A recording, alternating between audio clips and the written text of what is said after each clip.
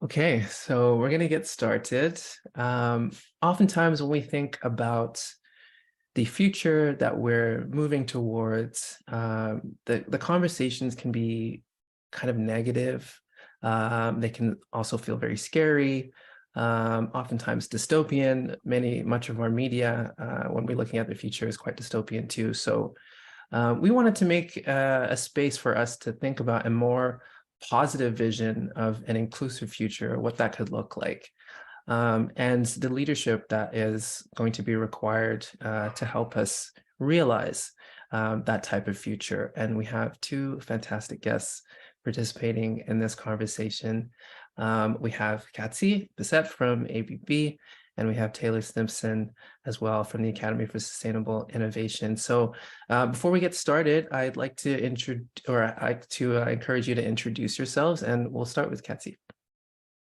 Hi, as you said, my name is Katie Bessette. I'm working as a country HR for ABB. I've been with the company for 10 years now and working in the company with 3,100 employees, and really a company that is focusing on technology and sustainability. So it's really a great playground for HR. Beautiful. Thank you, Katie. And Taylor. Yeah, thank you, Bo, for the introduction. My name's Taylor. I use she, her pronouns, and I'm the program manager at the Academy for Sustainable Innovation. We're a Canada-wide charitable organization focusing on upskilling and how to build folks' capacity to lead this transition to a low-carbon, sustainable future. So I'm thrilled to be here. I'm also calling in from Georgetown, Ontario, the Haudenosaunee territory and the territory of the Mississaugas of the Credit First Nation. So yeah, I'm really glad to be part of this conversation, and I hope we get to chat about what leadership can look like for a really hopeful future. So thank you, Bo. Awesome. Thank you both. So Katie, you mentioned a little bit about ABB and how the organization is well positioned, but I'd like to hear a little bit more about that. I imagine for a lot of young people, we may not be totally familiar with ABB and some of the work that it is that you do. So could you tell us a little bit more about the work that ABB does? I think in Canada, we're a kind of a hidden diamond where nobody knows much about us, but we're a global company, access on technology and also transformation for the society and all around sustainability to provide solution for our clients, or mostly in Canada products that are in line with that purpose and that vision of the company. So globally, we have 100,000 employees. Like I said, in Canada, 3,100 employees. Actually, I should say talent, because I think the people who are working with at ABB are dedicated, they love what they do, and they're really engaged. So, and ABB is there for 130 years now. So we've been there for a long period of time, and we're growing, and we're still focusing on the next step and the next generation, not only on talents, but managements as well. Excellent. Thank you. That's helpful context, just so that people can understand kind of where you're coming from and your background and experiences as well, and some of the work that ABB is doing to help us realize this vision of a more inclusive future that we can aspire to. You know, for young people, as I mentioned earlier, it can be scary to think about the direction that our society is heading and that our country is heading, specifically here in Canada. And many of us are quite frightened and concerned about what kind of future that we are heading towards. So, but when you think about the future that you would like to see, what kind of future do you like to imagine for yourself, say in the next 10 to 20 years, Katie? To be honest, I found this statement a bit bold, because I think it's not only the young generation that are feeling like anxiety about the future, because if we're talking about it specifically about environment, I think it touches every generation. But I also think that the younger generation, mine, the one previous and the one coming ahead, will always have kind of a anxiety or questions because they're young, they don't know what they're facing yet, they're brand new on the market, so they have questions. And I pretty strongly believe that we need to be there for them, and we need to support them, give them the tools and answer their questions, and at least try to make them understand their future path in terms of a professional way. For myself, 10 to 20 years ahead, I wish I could be a mentor for that young generation.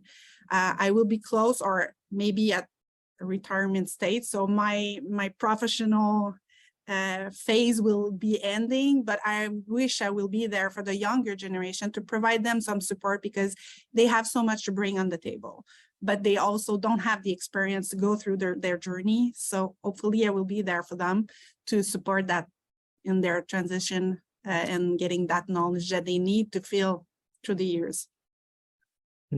I love the sort of reference to mentorship, and that as we gain more and more experience, we have an opportunity to leverage that experience to help those who are coming after us. I think that's a big part of what we often try and provide through programs at Leading Change is having that intergenerational conversation and giving access both to the more experienced folks who are looking to connect with younger people, but also for the younger people that they can actually have some face time and rub shoulders with some of these folks who have been working in this space for a lot longer than they have. Taylor, what about you? I'm curious about what kind of future do you like to imagine for yourself, coming in the coming decades? Yeah, I love that. Thank you, Bo. And I think I love that you touched on, both of you, the intergenerational conversation, because I feel like that's what we heard so much of at Globe Exchange, from the young people from Leading Change at Leading Exchange, that just being able to have these conversations and knowledge sharing between generations of, there are different challenges generation to generation. There's different context, the context that we were in for sustainability 10, 20 years ago looks so different than it does today, even the way that we talk about it, what our goals are. And so I think there's opportunity for young people to teach older folks, for older folks to teach younger folks, and for there to be this really rich conversation of including everyone in the solutions for the future. So I just wanted to make a note of that. But when I think about, okay, what does the future actually look like 10 to 20 years from now? I think, Bo, when you talk about this dystopian future, I think, and I say this time and time again, you can go on Netflix, you can go on any streaming service and find hundreds and hundreds of examples of dystopian ideas of a future where technology takes over or nature has taken over people. And there's not this sort of harmony between people and each other and people and nature. There's a lot of conflict between people and nature, and between people and technology. There's a lot of conflict. And so what I've loved to see more and more of is this, it's termed solar punk. And it's this idea of, how do we bring in nature and technology in harmony? And how do we have people flourish with nature and technology together and with each other? And so for my future, for 10 to 20 years from now, I imagine us working together more collaboratively. I imagine us having more regenerative practices where we're using technology to our advantage to have, regenerative agriculture and to build more community spaces, build better transit systems, and allow people to really thrive and live their best lives in a way that feels, really, really inclusive, in a way that everybody can bring, their skills and their capacities to the table in a way that they feel really supported in that. And so folks who might be transitioning jobs over the next few decades and not sure what that looks like, I think I'm hopeful that there's a space for people to have a lot of dignity and a lot of value in ways that maybe we just haven't imagined yet, or in ways that I think we can be really creative about. So I see a lot of hope in the future, and hopefully a lot more greenery and thriving life. That's beautiful. A couple of things to kind of pick up on. One, I've never heard the term solar punk, and I'm embarrassed that I haven't, because that's beautiful. I love that imagery. And you said regenerative as well, which is one of my favorite words because of what it evokes in me, and sort of this image of humanity actually really being a net good for the rest of the planet, I think is a goal for us to aspire to. And you also mentioned inclusivity there as a key component of the future. And so I'm curious, Taylor, how do you ensure that people are not excluded from this vision of the future? Yeah, thanks, Bo. And I think before I answer your question, I also just want to drop a little, I'm always putting out books if you've heard the podcast or other things. I'm always trying to share resources for people to explore more. So Solar Punk, there's a great book called Afterglow put together by Grist as part of an essay competition of young people who could imagine a better future where technology and nature are in harmony together. So it's these short stories that help us to imagine a better future. And coming from an engineering background myself, I think engineers have a really hard time imagining new technologies or new innovations without, honestly, a lot of fiction work. So you see a lot of space technology as it is right now is really inspired by things like Star Trek. And so it's a great resource if people want to look more into this idea of solar punk. But yeah, when I think about how to not exclude people from this future, I think I go back to collaboration and really collaboration beyond consultation. I think if we don't have the lived experiences or the identities of every person, and no one person does, I think it's really hard to imagine a better future, a better technology, a better workplace for everyone without including their voices at the table. And so even if we try and include people at the table, I think, who built the table? And so I think it's really important as we look to, the next several decades, how do we look at, do we need to rebuild the table to make sure that everyone fits there? Do we need to look at, maybe it's not a table, maybe we're all sitting around in a circle. And so I just use that as a metaphor to say, I think that there's space for us to be really collaborative and co-creative about how we imagine the future in a way that's very inclusive of, different perspectives that will ultimately be the workforce of the future, that will be the economy of the future, that will be the communities of the future. And so really making sure that everyone's voices have a place, and that includes young people, that includes people of varying identities, making sure that everyone feels like they have a place in that conversation and has the power to act on that as well.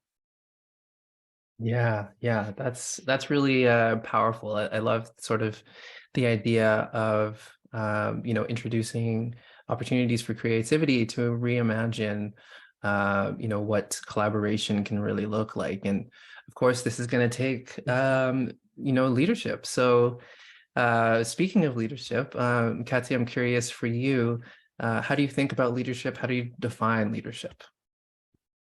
Most of the people relate leadership to management position, but leadership can be around everything. It's the way you influence around yourself, the way you bring your ideas, the way you act on your values, you decide to push some exchange to get something else, and being outside of the sandbox when you're thinking about something. So leadership is also inclusive. It's also about being humble. It's my term these days, because a leader without a vision, without a why, and without being humble, there's something missing there. And you don't need to be a manager to get all those skills. You need to work with your colleagues. Collaboration is a key word as well for us.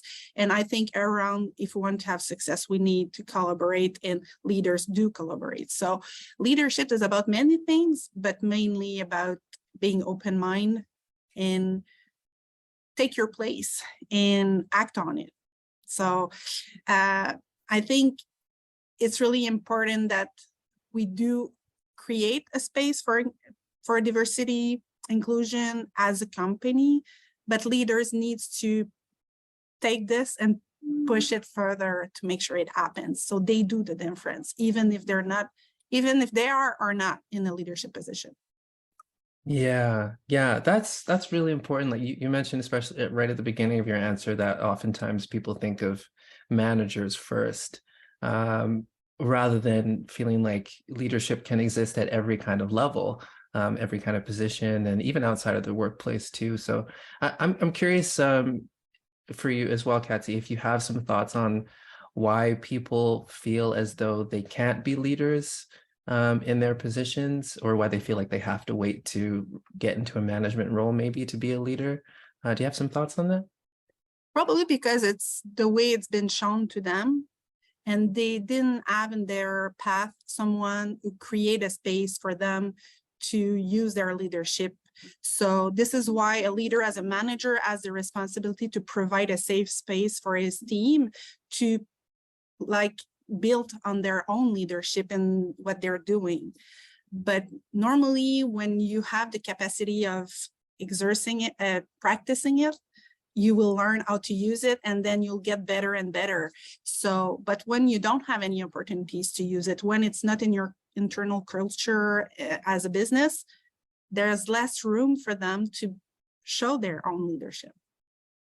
Yeah, that makes a lot of sense. So I'm hearing that for those of us who find ourselves in more traditional positions of leadership, part of our responsibility is to help encourage other people to be leaders as well.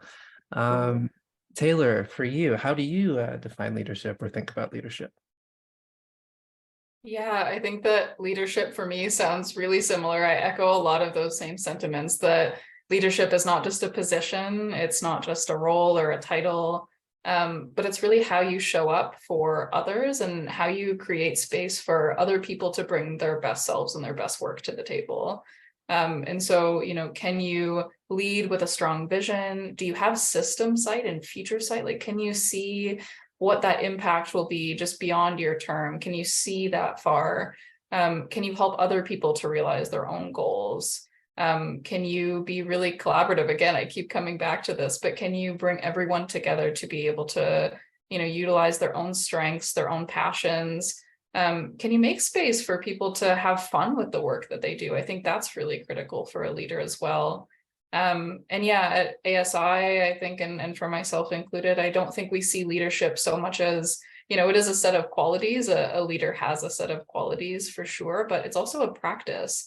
Leadership is a practice thing. You have to, keep growing as a leader. Ideally, as things change, I think you have to be adaptive and responsive to the needs of not only your organization, but also of the communities you serve, of the current context. And so, yeah, I think leadership to me is someone that can lead through emergence, and can really help to bring that vision into what's needed for the current context. Yeah, that's fantastic. And I mean, that really kind of feeds into this next question, but maybe you can sort of help elaborate on this point, which is, for many young people, but not just young people out there who are, thinking about the future that that they want for themselves and that they envision for our society.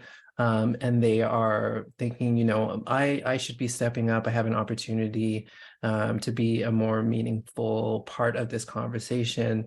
But maybe they don't have the experience yet, or they're uncomfortable, putting themselves out there as a leader. So what are some of the skills or abilities that are important for leaders to have that they should be working towards in order to feel a little bit more comfortable or confident in a leadership position? For you, Taylor. Yeah, I think that we've already touched on quite a few. We've touched on collaboration, on being humble, and I think with that empathy, I think that, ASI imagines beyond just the sort of hero leader paradigm of the past and sort of this one person that leads an organization and has all of these ideas. Rather, it's someone who can humbly kind of step up to that and still lead this vision, but recognize all of those strengths of individuals. And so with that comes empathy, it comes collaboration, it comes future sight, being able to see, beyond even your lifetime, generations into the future, the impact of the organization and their work. Yeah, it's being able to think big picture, think systemically, think about how you fit into the sort of puzzle that is all of the other organizations and even the broader ecosystem of where you operate, where you exist. So I think, yeah, it's really being able to step up to the challenge of recognizing that there is everything beyond you as well, and not just sort of the individualistic goals of leadership that we might have thought about in the past. Yeah, that idea of going beyond yourself, I think is very, very powerful. And it's also one that I've been thinking about when it comes to our relationship with nature in general, right? Is how do we sort of internalize this knowledge that we are actually just another manifestation of nature, that we are part of nature itself, and that the separation that we sort of conceive between us and nature is imaginary. It doesn't exist. I mean, every time you breathe in air, you are a reflection of the fact that, you know, plants are exchanging carbon dioxide with oxygen all over the planet, and that's how we are here. So this idea of going beyond it yourself, I think, for leaders is certainly an integral component. Taylor, I also wanted to make a little bit of space for us to talk about the session that we did at Exchange, because we touched on many of these same themes as well. And I wonder if you have a couple of highlights that you could maybe pull out from your experiences as part of that session that we did at Exchange in Toronto at the beginning of March. Yeah, and I'll provide a little bit of context for those watching this who weren't able to join us at the conference, but it was great. It was an intimate group, but we had a couple dozen people join us there, and in person to have, you know, it was an intergenerational conversation. There was folks who were still students, people just starting their career journey, people who were mid-career, and people who were later in their career, from all different sectors all across Canada. And so it was really like, this is what we want to see when we're talking about co-creating a vision for a sustainable future. It's like, can we get everyone from all of these different perspectives in a room together to talk about what does the future look like? And so, yeah, the facilitated session went really great. Got to hear from folks like, what do they think the future looks like? A lot of really hopeful visions, which was really positive to see. And then we also talked about what skills were needed. So just like you asked me, Bo, what skills and capacities do people need to cultivate to imagine this better future? How do we actually get there? How do we bridge the gap?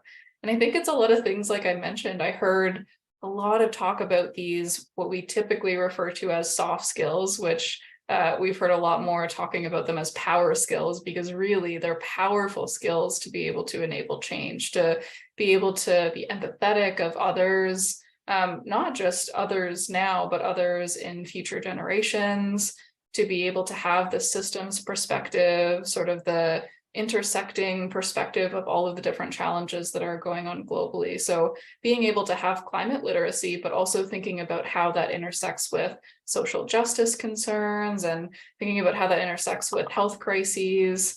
And so I think that having that intersectional perspective is really valuable. And we heard that a lot. The intergenerational conversations, like being able to have all these different people at the table having these conversations, that's a skill, to be able to talk across sectors, across generations, and across the country. And so that's a lot of what we heard. And again, just reiterating, I think what we talked about here, just collaboration, working together, coming together on a common vision. And maybe that vision looks a little bit different for everyone, but can we find a way to find common ground and build something better together? Yeah, beautiful. And I was at that session as well, and I can absolutely attest to, you know, the positive, the more positive vision that, you know, a room of people, a collective of people can aspire towards, and how powerful that can feel to be part of a conversation like that.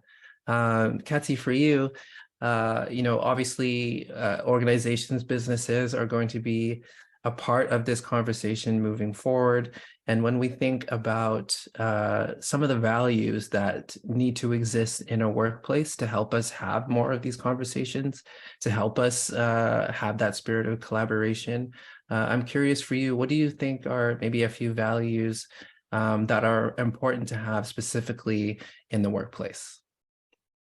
Actually, I'm pretty lucky because ABB has 4 values, and those 4 values are really bringing us at the level to get a better place.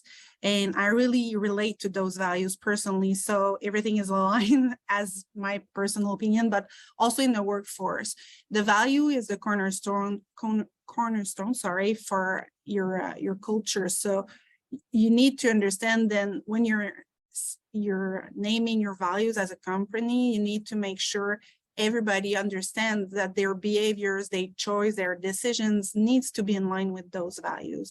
If I'm thinking about ABB specifically, we have 4 values, which are similar of what we've been talking since the beginning.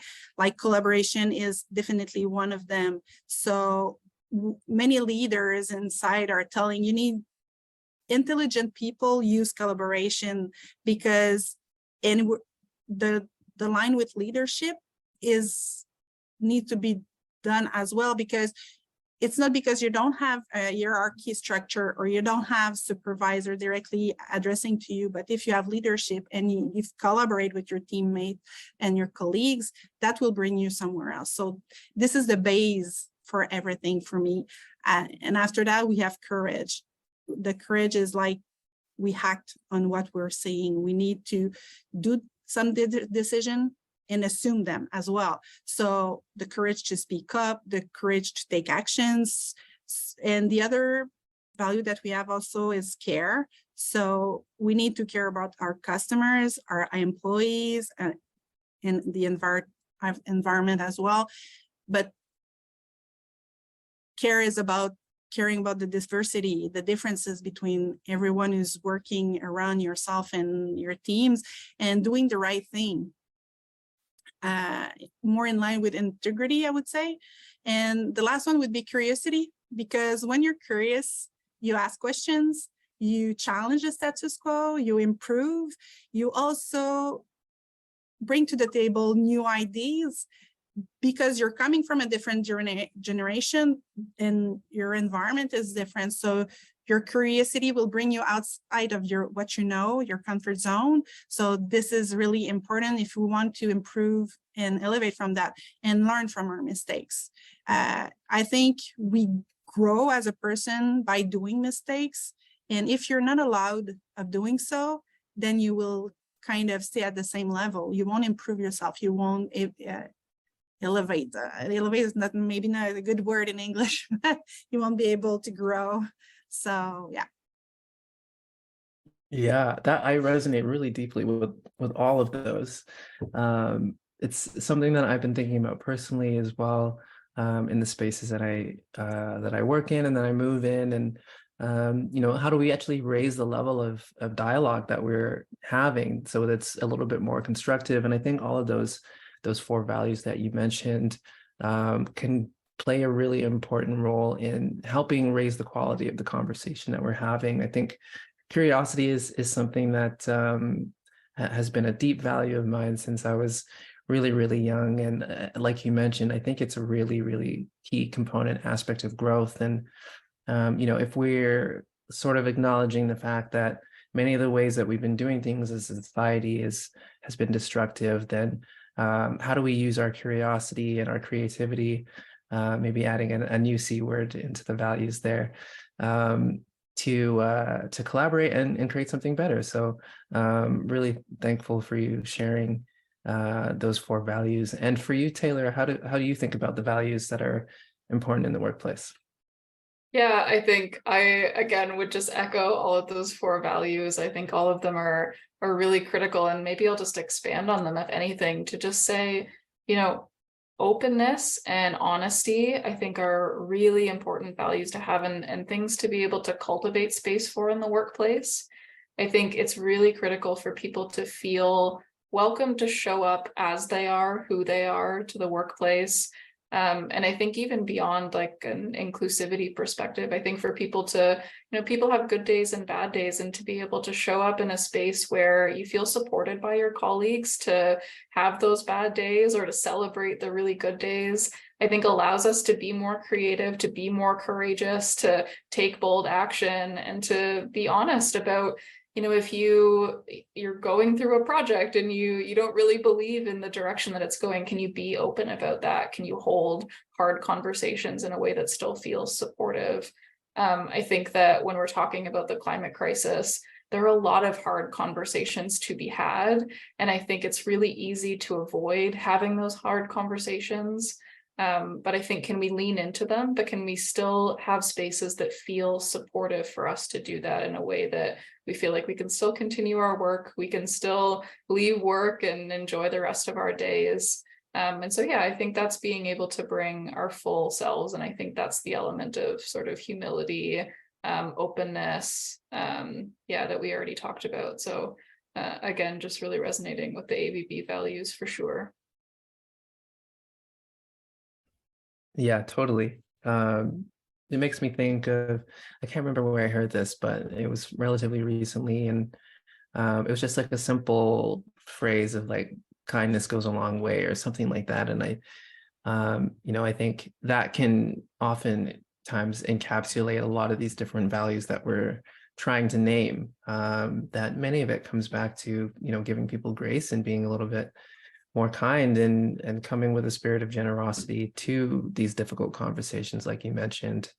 I think that can really help us feel a little bit more safe, so that we can get a little bit more creative, and we're not so afraid of maybe being shot down for our ideas, or thinking outside the box, and not feeling like the people that we're in conversation with will be receptive to new ways of thinking, or new ways of doing things. So moving on to a little bit more specific question about ABB and some of the work that ABB is doing. I'm curious, how does the culture of ABB or the ABB team think about its role in helping to shape the future of our society? So for you, Katie. ABB purpose is the base of everything, is the why we are in business. We sustain the developments, and we want to participate in the progress of not only the society, but create a healthier and a more prosperous world for the future generation. So we want to walk the talk, and we want to provide a balancing, this means balancing the needs of the society and everything around it. So, but concretely for our, in my role, in my environment, we do invest in the younger generation. We want to provide to the younger talents the opportunity to have options in terms of development, not only getting from school and then start something. We want to provide them an environment where it's safe to learn. So we have so many programs around new talents. We want to make them understand that we are creating for them safe zones to learn and put in action what they've seen during their different programs. Or so we have early talent programs, we have young generation programs, we hire more than 100 interns each year to make sure, and we don't hire enough. Actually, we could hire more, but sometimes there's not enough on the market that knows us enough to kind of come to see what we have to offer. But we do collaborate and we do participate in many different ways for sustainability and to bring that into the future. But mainly in my role and what I see, it's more about talent. Definitely, we want to invest in them and make sure they're in line with the technology, because we are having currently 5 generations of people. The new generations coming on the workforce knows things that the older generation don't know. And this exchange, this diversity, it's our way to make them and bring the company at another level. And for that, we need to provide them the right programs. So stakeholders around us, our customers, our employees, our vendors, everyone needs to be as well aligned with what we're seeing, because we want to do the difference. Yeah, 100%. It takes me to so many different places, but a lot of the people that are interacting with the leading change community, especially those who are just coming into it, they want to have a career with purpose. They want to feel like they can bring their values into the workplace, and things like that, right? This is becoming more of a demand and an expectation for young people as opposed to previous generations. And I think it goes hand in hand, or line in line, with the fact that we have these multiple crises that we're facing, as a world, really. And so feeling like you have the opportunity to participate in coming up with solutions and helping to solve the problems through the work that you're doing, I think is just increasingly important for young people. And so to hear that, ABB has programs that are supporting the young people who are coming into the workplace and giving them avenues and support to develop themselves so that they can become more effective change makers is exactly what we need more of, certainly.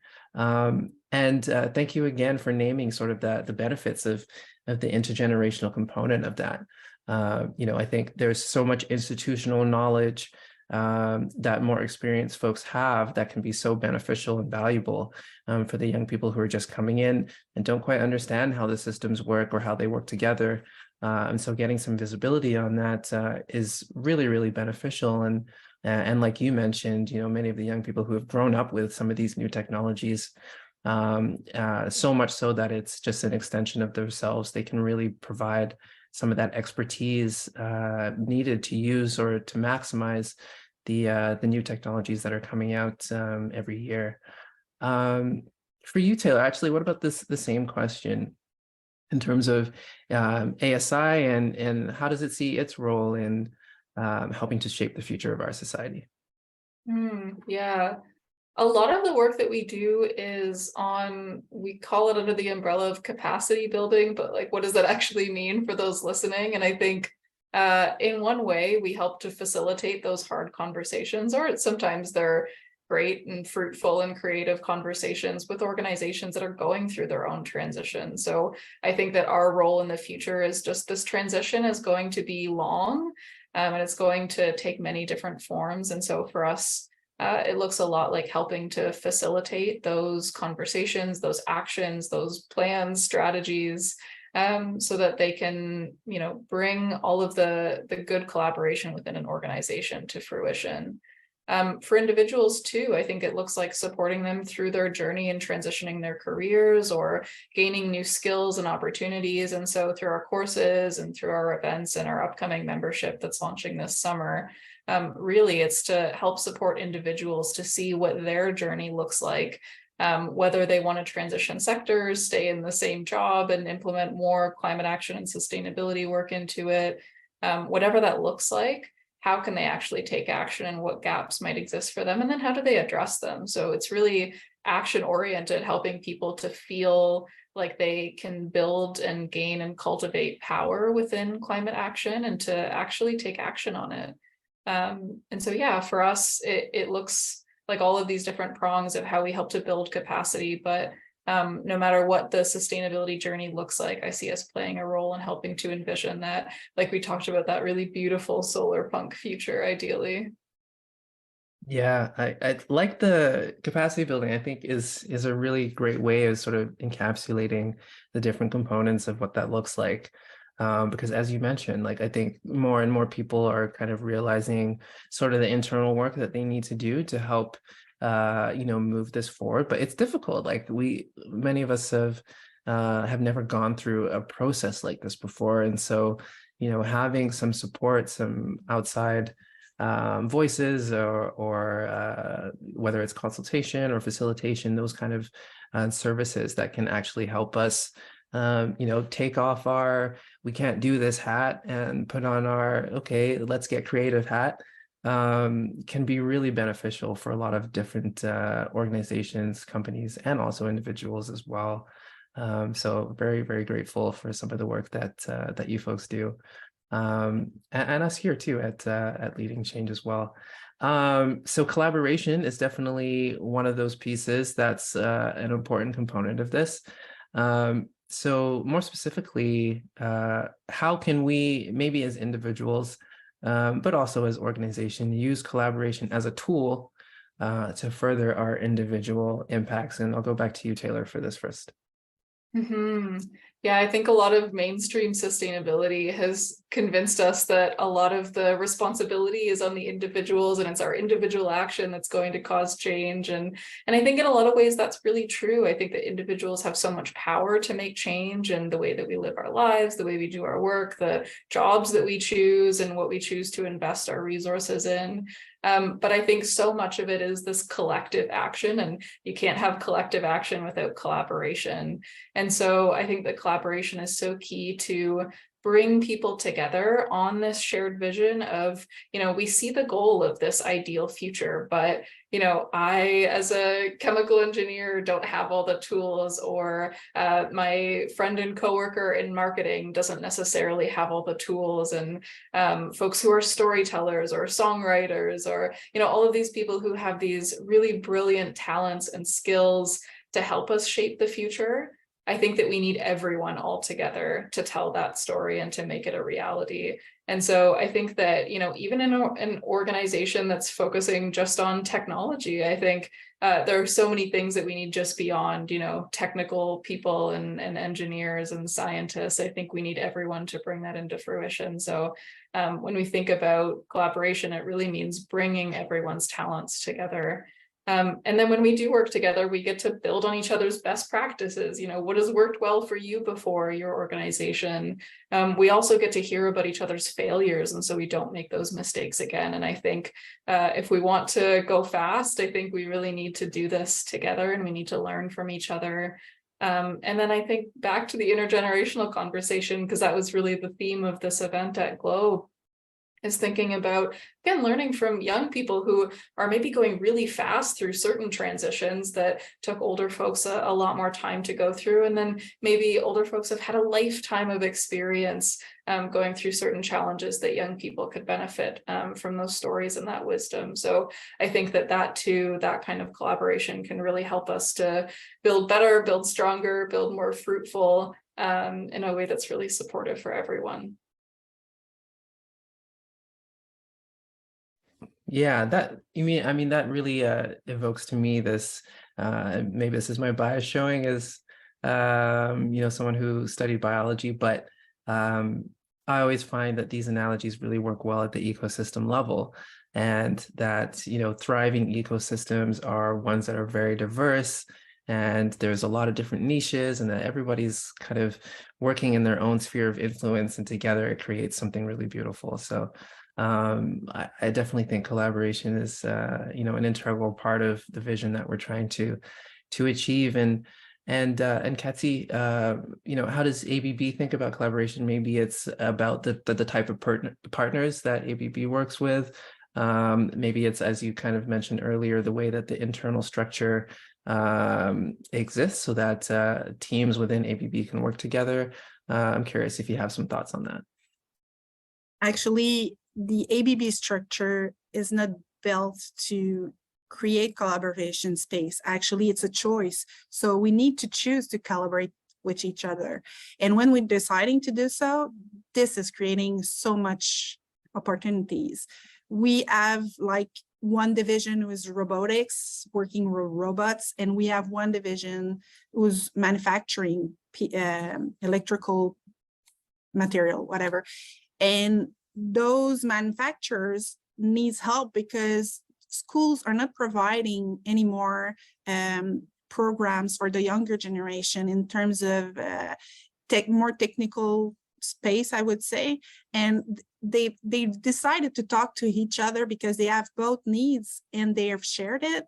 They're built on it. And this is creating kind of a small school inside our own business. And this is only the choice of two divisions reaching out for something, talking to each other, and creating a space for people to better understand what they are used for and what we can build together. So for us, collaboration is not only a value, it's where everything lies. If we don't collaborate as a company, and if we don't decide and put our egos aside, then we won't go anywhere. So it's really a key value, but it's really something that we can see around all our space. And not only between businesses, but between functions. HR normally don't talk too much to engineering except for hiring and everything, but we have so much to learn to each other. And I echo on many things that Taylor told earlier. It's creating opportunities. We need to work together if we want to bring something else to the table to discuss. And this is exactly what collaboration is all about. Yeah, that's great. That to me sort of introduces questions around orientation, right? Like if you have the challenge, what does that what kind of response does that evoke in you? And, I think if we can see challenges or limitations as vehicles for unlocking creative solutions, then you get, outcomes like this, where these two divisions see this challenge and, come up with a creative solution that enables more collaboration and teamwork and creativity. So that's a great example. Thank you for sharing that. That brings us to nearly the very end of the conversation, but I wanted to make or create a little bit of space for some final thoughts. So maybe starting with you, Taylor, do you have any final thoughts you'd like to leave the audience with? Yeah, I just want to say that for individuals listening, I think keep thinking bold, keep imagining that beautiful, bright, brilliant future and finding what brings you a lot of joy to contribute to that. I think, what are your skills? What are your power skills that you can bring to those challenges? And you can find a way to fit into that no matter what your expertise is. It's not just a space for folks who are technically inclined, but there's lots of ways for people to engage with climate action work and sustainability work. And I would say for organizations too, to recognize that there are especially young people who are so eager to participate in the change and are, coming with incredible skills and passion and insight, and that they're just looking for an opportunity to leverage that in a space to be able to do that. So organizations, there are folks out there and individuals, just keep using the space that you have to bring these amazing creative and innovative ideas to play. And I think with that, and if those two work together, I imagine this beautiful, bright, hopeful future like we talked about at the beginning, Bo. Awesome. Thank you, Taylor. And Kathy, final thoughts from you. I think we are like in the right place. Planets are aligned. Younger generation wants to go into sustainability, make sure there's a future. They want to embrace the technology, and the generation who's leaving the workforce really do understand now that it's a need, and they need to support that as well. So everything is there to provide space for those young talents who's coming and are, like Taylor said, really motivated and wants to do the difference. So for me right now, it's the key point. It's where it's starting. So, and everything's there to do the difference. This said, it won't be an easy path. It won't be easy. We will face difficulties, challenges. We might do some mistakes, but you know what? That's okay. We need to go through that to make it better, to bring it somewhere else. So I'm really confident that the next year to come will be really not only fun to see, but I think we will get at another place. I think this will bring us at something we don't know yet, but will be really exciting.